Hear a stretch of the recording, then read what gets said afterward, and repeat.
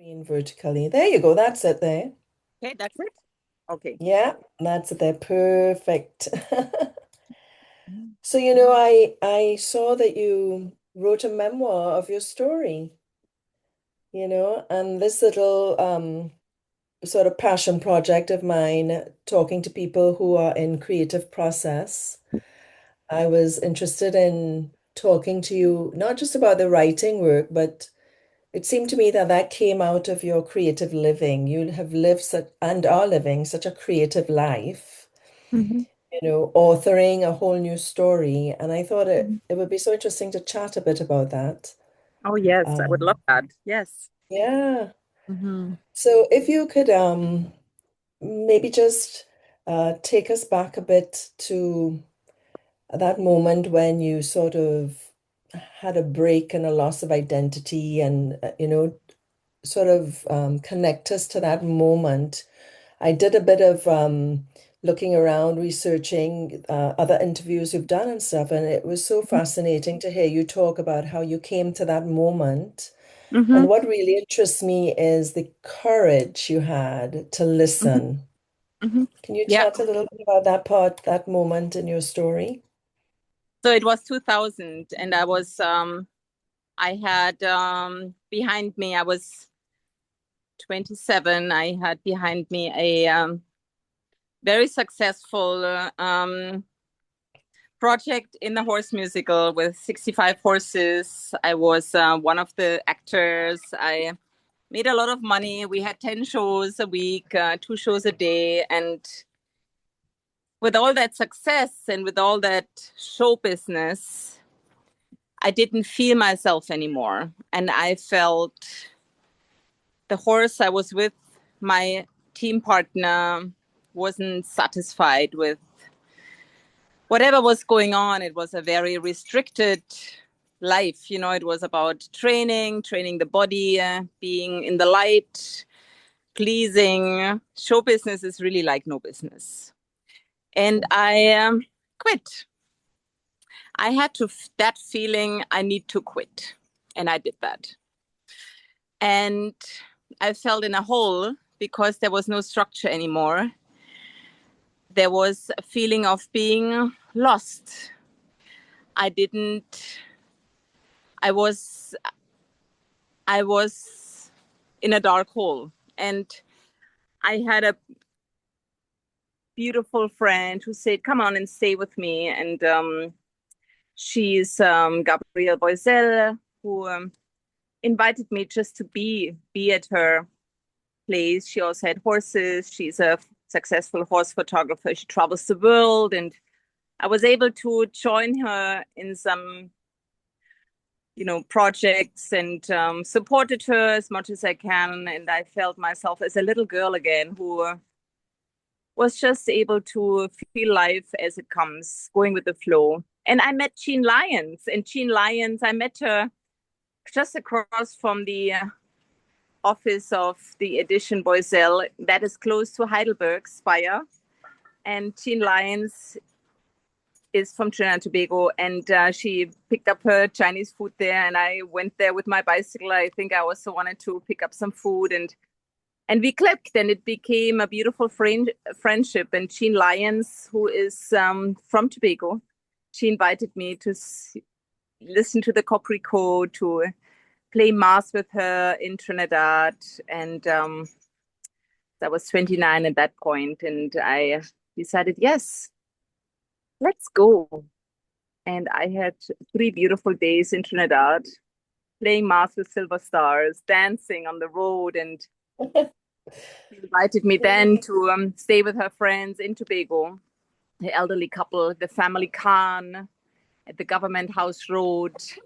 And I remember waking up early mornings at 5 o'clock, doing power walking with her, Idlewild, going down to Wim, coming back up in the early morning dawn, and then having some coffee with Mary Khan. And, I felt like a little girl who was just in heaven. And she then took her car to the canteen at Signal Hill, and I said, let me join you. And I was volunteering in her canteen washing dishes. And this is where I met Lennon, my partner, who built Healing and Being with Horses with me. So I Beautiful. wrote a book So about Follow the Call. Yes. yeah, exactly. And I'm so curious about internally, what if you had to sort of pinpoint something in you that gave you the courage to follow that feeling, that inner feeling of this little girl wanting that joy again, realizing you had to quit and all those sort of big grown-up ideas about what is the right thing to do, the practical and responsible thing. Because I think people who want to live a creative life are straddled between those two worlds, and yet you were able to heed the call and follow it. Can you identify something in yourself that maybe can be of help to others? Okay. The call was also I wanted to give something back while I was staying, for example, at Family Khan's house, who actually didn't charge me and to stay there. And I wanted to become a part of a community. And I offered what I was able to offer at that point, and washing dishes in the canteen. You know, it doesn't matter what I'm certified at, what my profession is. I just wanted to be with the people I love, or I'm connected that moment, and I give what I'm able to give. And then beside that, and then I also went to the beach, of course, and I started to find beautiful found objects, and I made dream catchers, and I started to uh, paint hibiscus, and I started to paint hummingbirds, and I started to paint while I was there for 3 weeks in Tobago. And I love my paintings. I went to Things Natural. That's a lovely store in Crown Point across from the Colosseum. And I asked Miss Monica Bob if she would like to sell them. And she said yes. So, having the courage also, um, being brave, having the courage, doing what you love to do.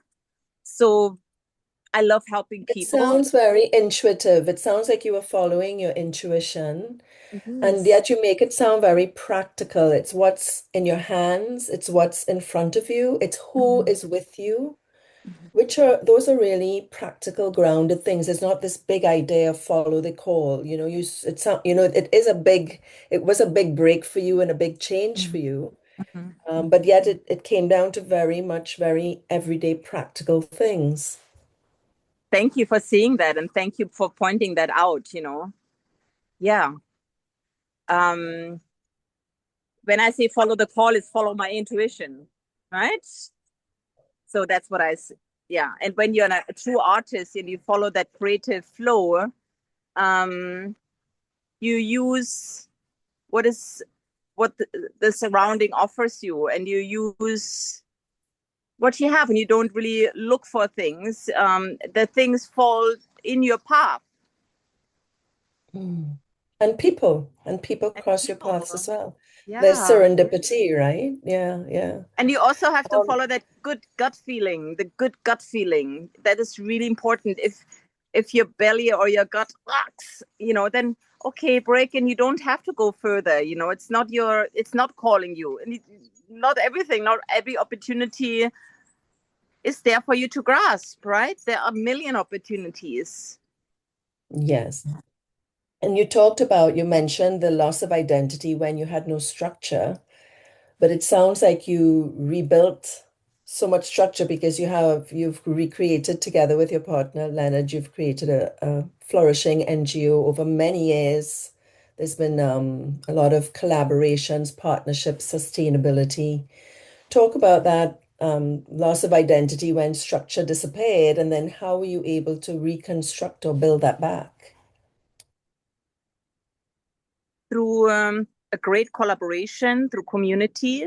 That is really important. At the end, we all need each other. Sometimes the artist is away in the loft or in the art room, but we have to go out and meet people. We have to go out and collaborate, but with the right ones. That's really important. So I was walking at the beginning of our interview through the park. The park has pallets all over, and all these pallets have 7 wooden beams, and each beam is colored in a different rainbow color, and I see that as, together we shine as that rainbow. Alone I would not have been able to establish all this, the magical park where I am right now. I'm sitting here in the riding arena, which is a big structure, literally, and surrounded by the horse paddocks and the therapy park, which is built by mainly Lennon and the specially abled adults.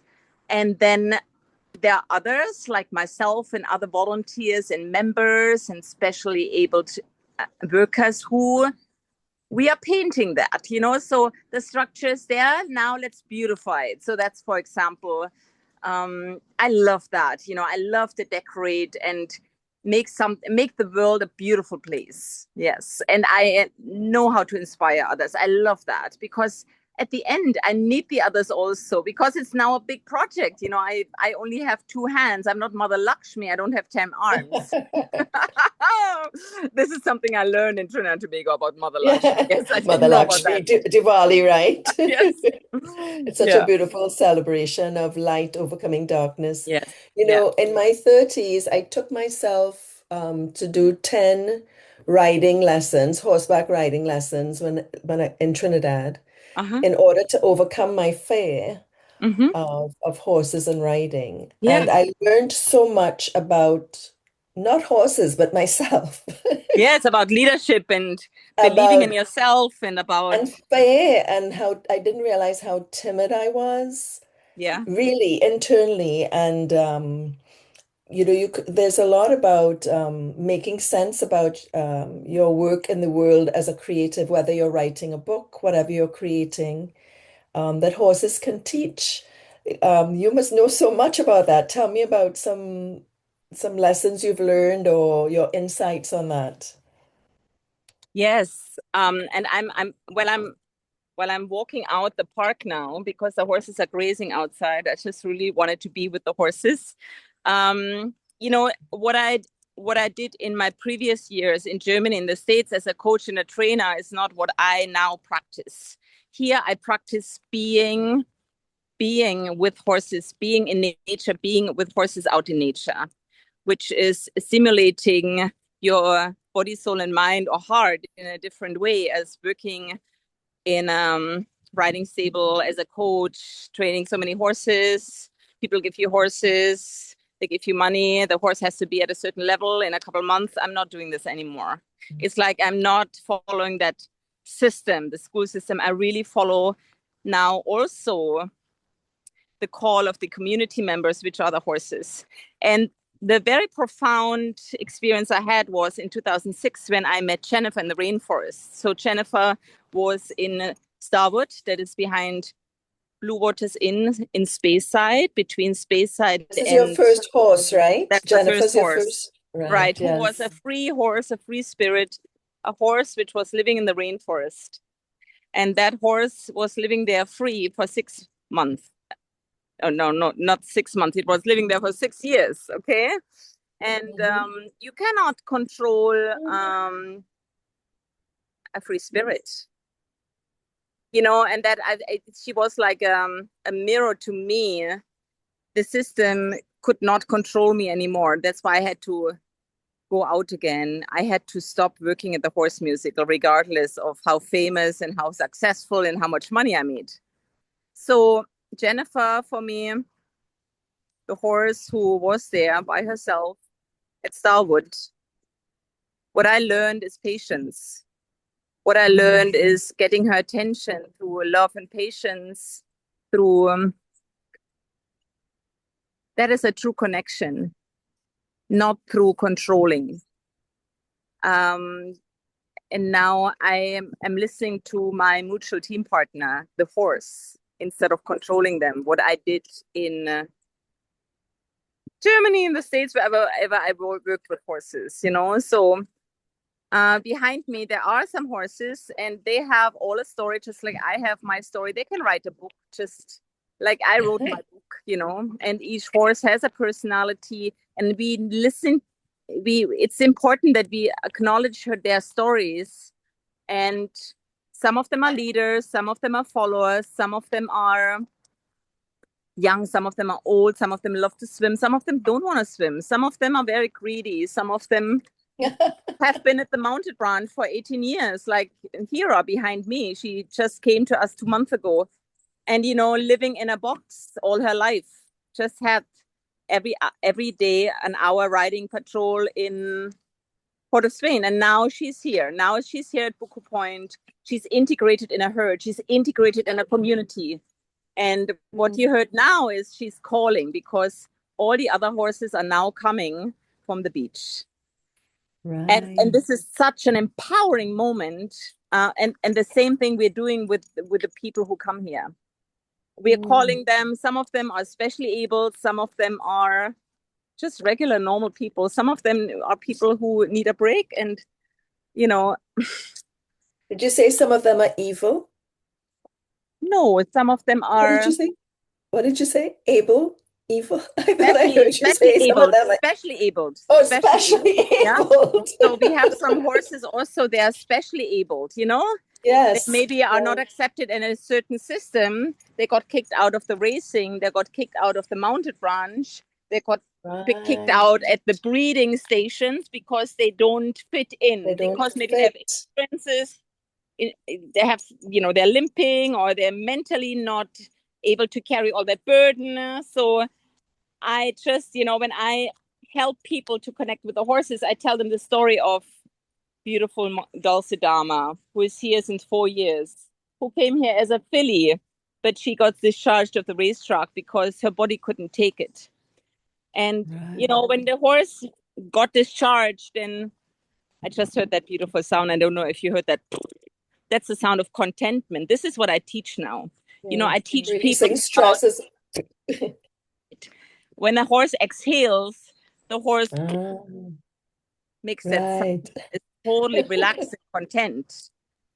So our horses are now, they're able freely to choose if they want to go to the beach or not, if they want to go and be ridden or not.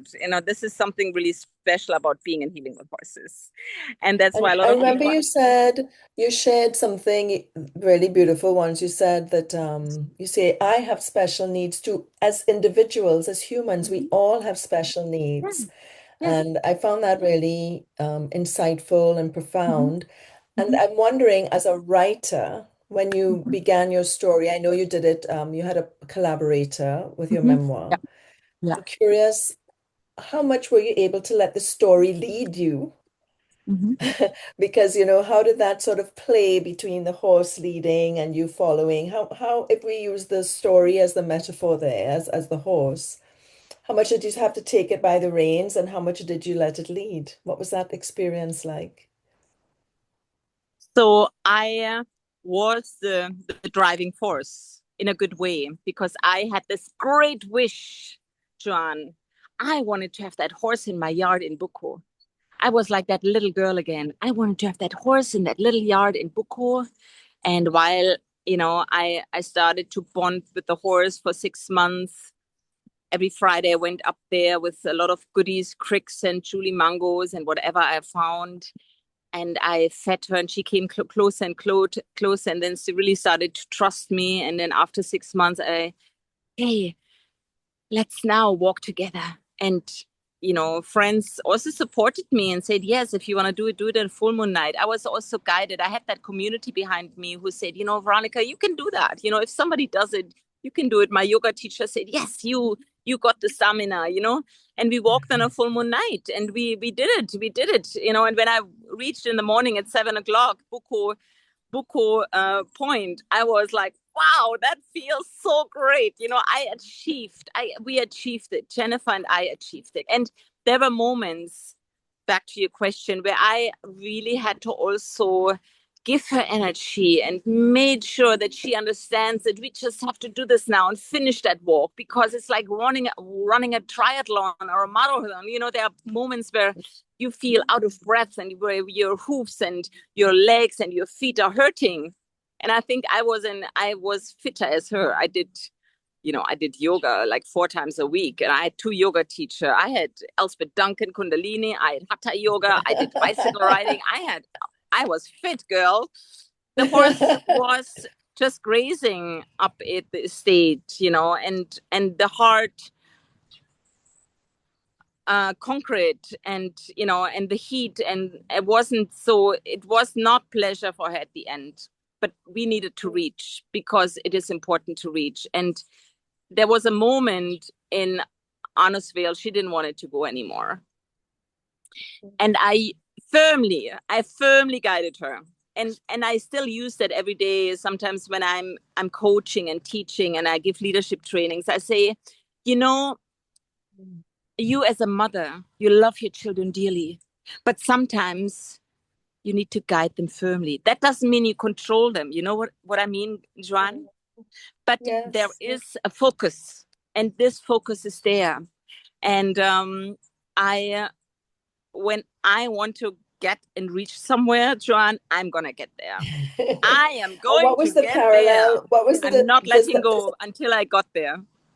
did that story come into the book? How did you find your way into writing? Because you're not typically a writer, although I think you definitely have written all your proposals. I know you're capable, but this was your first book, am I right? Thank you for that question. It's very important. Yeah. I got someone, a German publisher from Berlin. They approached me and they said, your story is so amazing. Um, can we support you writing a book? We would also like to send you, Joanne. Yes, Okay, there was a I'm hearing you. picture was still. We're gonna support you. We would like to send a ghostwriter.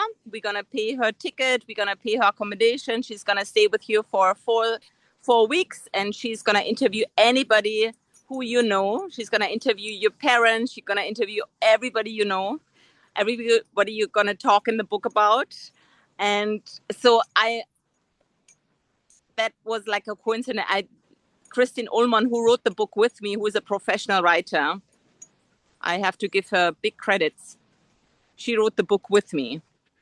She interviewed a lot of people who were working with me in the horse musical. She interviewed my family. She interviewed friends in Trinidad and Tobago. All of them had to also, of course, fill out a disclaimer. It was a lot of work.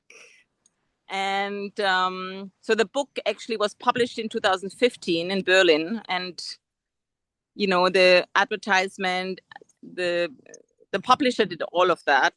They invited me for a press when